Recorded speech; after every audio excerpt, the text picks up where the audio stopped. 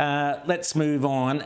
We'll be talking shortly to James Callian, who's from Leonora in Western Australia, an Indigenous leader out there who is not happy with The Voice, who is not happy with the West Australian Aboriginal cultural heritage laws, which come into play next week, and is not happy with native title. So you don't want to miss that later in the show. Incredibly important. The Voice is now up and running. I'll be talking about it in my editorial, but Rita, so it's signed off now. We've had all sorts of crazy stories during the week. Is it going to be Peter Dutton calling it for it to be cancelled? We've just had Albanese and on the show prior to us saying, oh, no, how important The Voice is. Rita, your thoughts? Well, yes, Anthony Albanese has been very busy advocating for The Voice, and saw him this morning on Sky News. And on Friday, he was calling on Australians to rise to the occasion and to be, I don't know, like the NRL and the AFL, you know, to emulate the elites and rise to the occasion and do the right thing. Have a listen.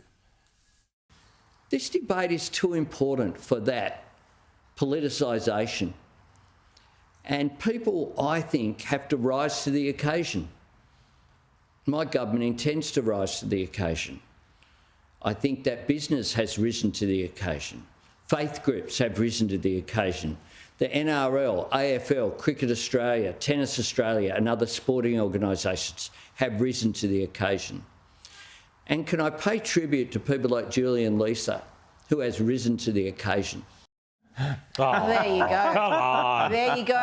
Gentlemen, are you two rising to the occasion? Doesn't rising to the occasion suggest all you little people down there, you know, please elevate yourselves out of the mire? It's so patronising. Well, Come on, Australia. This gets to the heart of it. I mean, you know, no matter what they do, they cannot stop with the moral cudgel on this one. They can't stop trying to beat people over the head and say, you know, you're just not a good person, you're not decent, or maybe you're just ignorant and misinformed if you don't support this thing. All that stuff. But it turns out who's misinformed is actually the government, because this week there was a huge controversy in Parliament over the question of what The Voice can and cannot make representations on.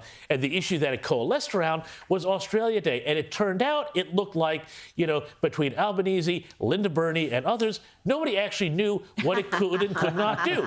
So the interesting thing about this, guys, is back in April, I raised this issue with the Prime Minister's office and with Linda Burney's office. I was told I was being misleading and divisive, and yet everyone now agrees. All of the constitutional experts say, yes, they can absolutely make representations on this and anything else that happens in this country, because the law, every law in this country affects Indigenous Australians as it does everybody else. And so this is the nonsense that they're trying to perpetrate, that, oh, it's limited. It's a very limited, narrow scope, and it can only make, you know, representations. On the other hand, you know, we have people like Thomas Mayo going out there and saying all sorts of stuff about punishing politicians and everything else. You have Albanese saying, you know, it's a brave parliament that would ignore The Voice. So they either want this to have a lot of consequence, and that's what they're telling, you know, their groups and their supporters and Indigenous activist groups, and yet telling everybody else, oh, no, it's no big deal. Don't fall for it. Well, the reality is, as I wrote in the Financial Review in my column there, The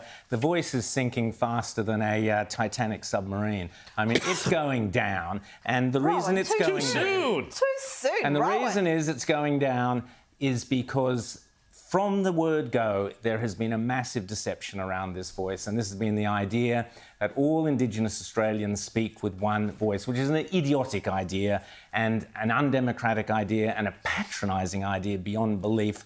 And of course, you have different views within the Indigenous community, as you do within any community. That's why we have a democracy. That's why we have a parliament to air those views. That's why we have 11 Indigenous, very, very good Indigenous MPs.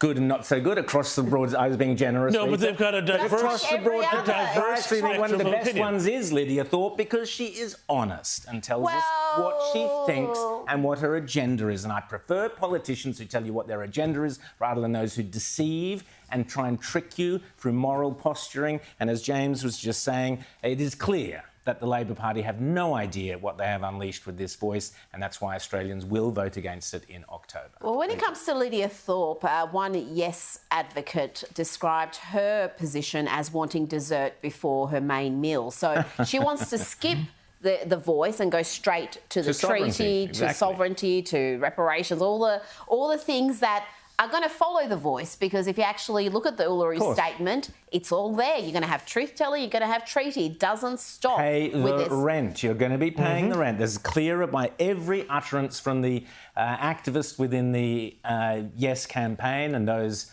also within, like Lydia Thorpe, who don't think the voice goes far enough. It is absolutely crystal clear. There is no question that the end game will be non-Indigenous Australians paying some form of tax or rent. Well, we already are. Arguably, we're already paying billions already, but it ain't enough. It ain't enough, so we'll be paying a lot more, and it will be formalised. Well, yes. The thing, though, Rowan and Rita, about this is that, beyond this, there's a broader agenda of, I think, attempting to delegitimize modern post-settlement Australia and have everybody who is here who is non-Indigenous feel like they are here under sufferance. Absolutely.